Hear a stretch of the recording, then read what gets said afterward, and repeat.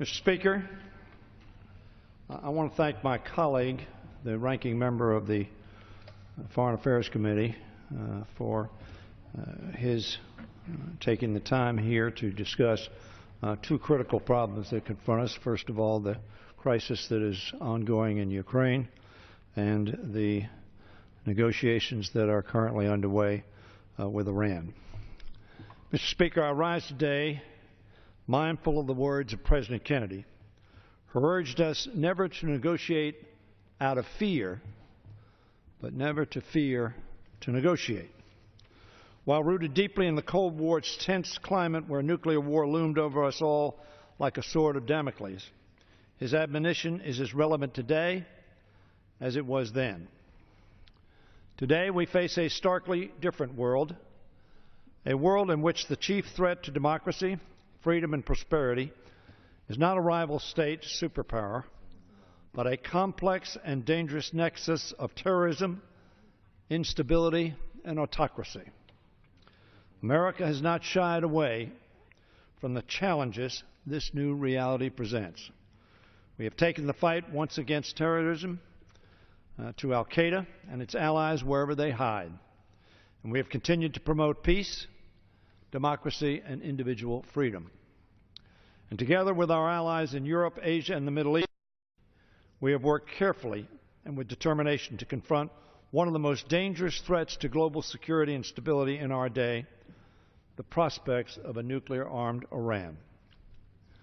The extremist regime in Tehran is at the heart of the instability that is undermining America's interest across the region. Those interests are the safety of our troops stationed in the region, regional stability and prosperity, the prevention of an arms race that could spiral out of control, ensuring that weapons of mass destruction do not end up in the terrorists' hands, the protection of trade routes and resources that fuel economies across the world, and safeguarding our ally Israel. Iran continues to be the leading state sponsor of terrorism directed against America and our allies, supporting Hamas in Gaza and Hezbollah in Lebanon. As Syria's civil war has grown more deadly, Iran remains a primary backer of Syria's dictator, Hafez al-Assad, who has gassed his own people and continues to target civilians. Secretary Kerry said just last week that Iran, along with Russia, has actively been working to subvert the negotiations aimed at ending the bloodshed in Syria and moving the country towards a peaceful transition of power. And Iran's leaders continue to vilify Israel and its people, calling for the annihilation of the Jewish state, something Israel, America, and the world will never tolerate. Let it be absolutely clear, Mr. Speaker, the United States will always stand by Israel. And let it be even clearer to Iran and to the world, America and its allies will never accept a nuclear-armed Iran. A nuclear weapon would give Iran the ability to carry out its threats against Israel. It would destabilize the Middle East. It would put American troops and our European allies at risk of catastrophic attack. That is why, Mr. Speaker, President Obama and Congress have worked together to enact the toughest sanctions regime in history and bring our allies together to enforce those sanctions. The employment of sanctions to compel Iran's compliance with international norms has been a bipartisan goal going back several Congresses and several administrations, Republican and Democratic. That is because America's policy with regard to Iran, as President Obama has forcefully and repeatedly emphasized, is not containment, but prevention. We have made it clear to Ayatollah Khamenei that those who conspire with him to spread terror and use it as an instrument of statecraft, that we will use every necessary asset at our disposal to deny Iran a nuclear weapon. While the military option remains on the table, as President Obama and Secretary Kerry have made absolutely clear, we now have an opportunity to achieve our goals without resorting to the force of arms. That is the most desirable alternative. It is our duty and obligation to seize that opportunity. America is great, Mr. Speaker, not only because of our military might, but because of our moral might, our unwavering commitment to the power of human freedom and dignity that overcame communism and will overcome the terror and tyranny facing the world today. Kennedy was right, Mr. Speaker. We must never negotiate out of fear, and we are not. But neither should we fear to negotiate, and we are. And our objective is clear. The Iranian regime did not resume negotiations last year because it somehow had a change of heart. Iran altered its approach because the sanctions passed by Congress, enforced by the administration, and supported by our allies are having a profound effect on the Iranian economy. And, of course, because the Iranian people, in electing President Rouhani, signaled a desire to stop the confrontation with the West, which was undermining their economic well-being. The joint plan of action that was signed in November of last year is a result of those sanctions and that election.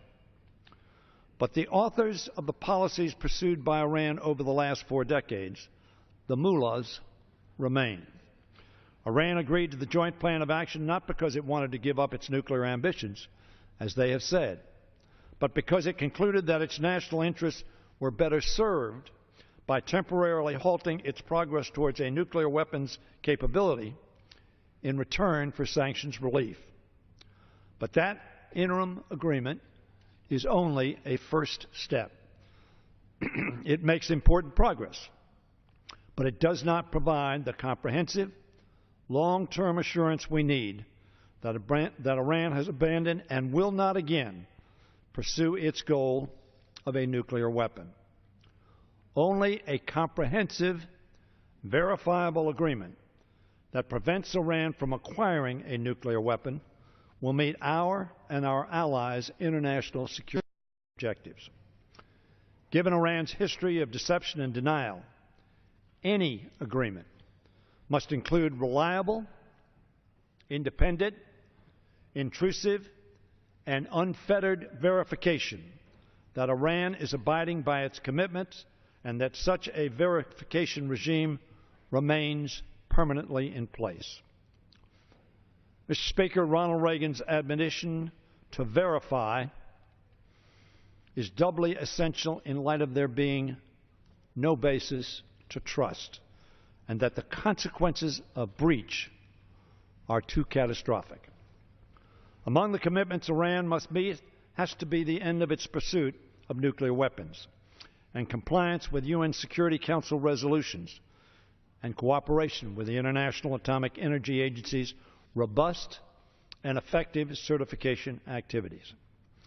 Mr. Speaker, UN Security Resolution 1737 states, and I quote, "Iran shall, without further delay, suspend the following proliferation-sensitive nuclear activities: all enrichment-related and reprocessing activities, including research and development, to be verified by the IAEA, and work on all heavy water-related projects, including the construction of a research reactor moderated by heavy water, to be verified by the IAEA." This is the international community acting through the United Nations speaking, not only ourselves.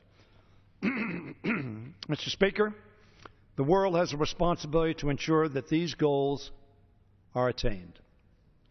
But let there never be any doubt that should diplomacy fail, and all of us hope that will not be the case, but if it does, our military is, as Secretary Kerry said last week, ready and prepared to do what it would have to do.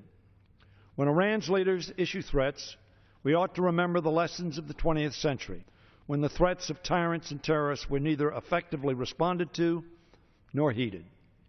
History teaches us that the only way to change the behavior of regimes that threaten regional or global peace and stability is to stand up to them and hold them accountable. That is exactly what the United States and our allies are now doing. In my view, Iran came to the negotiating table and signed the Joint Plan of Action in the hope that it might gain extended sanctions relief without having to give up the path to a nuclear weapon fully, irrevocably, and verifiably. It is past time that we make it clear to the Iranians that the only path to regaining its economic footings is to comply fully with the Joint Plan of Action and quickly conclude a long-term, comprehensive agreement which assures compliance with UN Security Council requirements and elimination of nuclear arms capability.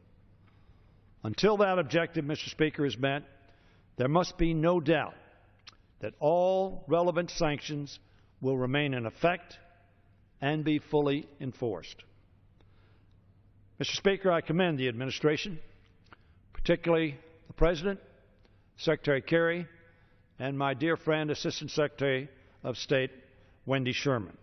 I commend them for the steps they have taken to enforce these sanctions and penalize those who seek to violate them. It ought to be clear to nations and companies that Iran is not open for business.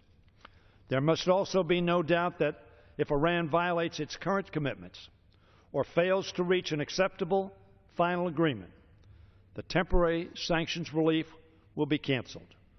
All sanctions will be restored, and the Congress will act to put additional sanctions in place. It will either comply with UN Security Council and IAEA determinations and foreclose any pathway to a nuclear weapon, or it will face economic decline and increasingly painful consequences. That is not our objective for Iran or for the Iranian people. The United States does not seek war, but we will not take any option off the table to prevent Iran from acquiring the most dangerous implements of war. While I remain skeptical, I support the administration's efforts to achieve a diplomatic resolution to this threat to our national security and to global security. Mr. Speaker, these talks are a test, a critical test, but they are also an opportunity for Iran, for the P5+1 nations, and for all the world to seek a peaceful resolution of this critical situation that confronts the international community. Until now, Iran has failed every test and has refused to negotiate in good faith, ignoring the will of the international community. And I would add, the best interest of the Iranian people. We must see whether this time the pressure of sanctions means that Iran is serious about reaching an agreement to dismantle its nuclear infrastructure permanently and with ongoing verification, abandon its sponsorship of international terrorism, respects the rights of its citizens, and determines to be a positive participant in the community of nations. Or, on the other hand, if it continues to follow the path of international outlier, fomenting instability and terror in its regions and around the world. Mr. Speaker, the Iranian people are the inheritors of a great history and culture. They have given much to the world, including a long tradition of art, culture, science, innovations, and math. They are people for whom we rightfully have great respect. But we cannot, must not, will not allow their leaders to continue to put the world at risk. Mr. Speaker, I support President Obama and his administration's efforts to resolve this dangerous confrontation through the ongoing negotiations. As I've said, we pray for their success. The fruits of that success will be sanctions relief for Iran and its people. If it continues, however, its path of delay and deception, and continues to sow unrest and tyrannies throughout the Middle East, Iran will only exacerbate its economic isolation.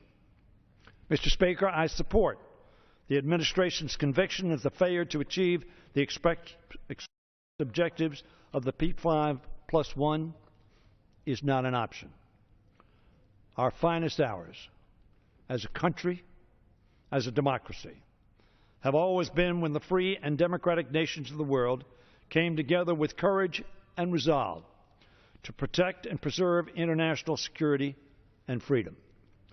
And our greatest strength has always been our willingness to negotiate, in this case with a determination to attain an agreement that is fair, but with a conviction that it must assure